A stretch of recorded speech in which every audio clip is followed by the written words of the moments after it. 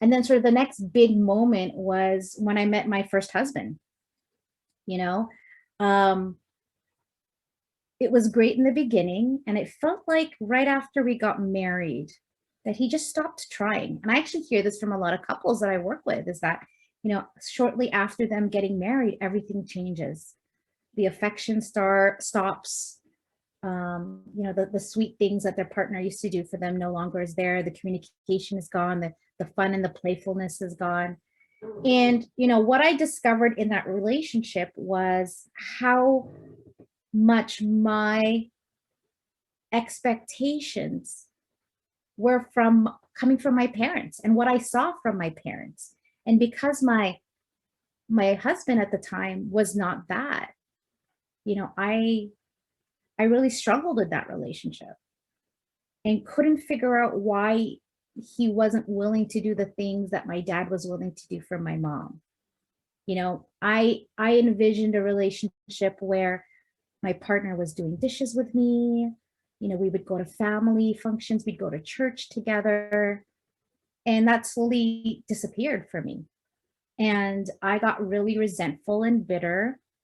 And I started to really blame him for all of the things that weren't working in our relationship. And sort of as a last resort, we did a 3.5-day transformative course together. And I dragged him along because I had it that he needed to get fixed. I was like, you come with me to this thing so that you can discover what a jerk you've been to me.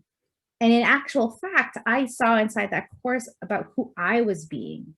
And what I saw was that when I was 9, my dad cheated on my mom with her best friend, and they had a child.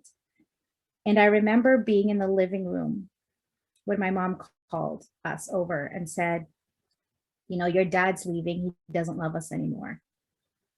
And without a word, he, grabbed his things, turned around and went down the stairs into a waiting car. And, even though I was, 9, this is over 30 years ago, I still remember that day. It was nighttime. I remember I was in my PJs. There's just those moments in your life that you never forget. I remember the car was brown, the one that was waiting outside. And I remember standing there in the bay window, just watching this all happen and thinking to myself, like, what the heck? And I was daddy's little girl. And so it really tore me apart that this was happening and that our family was no longer a unit. And I decided in that moment that I'm unlovable. I can't trust people. And everybody I love will leave me. Now, I didn't see that until I was in this course, of course. But, looking back, like sitting in that chair and looking back at my life and all the relationships that I had had up to that point, it was like, no wonder I was attracted to the bad boys and the ones that were the liars and the cheaters and the ones that were just not good for me, because I felt that I wasn't good enough coming from when I was 9 and that whole experience with my dad. And so at that moment, I turned around to my ex and I said, you know what? I've been such a jerk to you. I've been blaming you for how you've been acting. And I really get that that's just who you are. And there's nothing wrong with that. You're actually great. And it's not what I'm looking for. It's not what I'm looking for. And so we were able to complete that relationship. We even went to the law courts together. We signed the papers together. We went out for dinner. We went in the same car.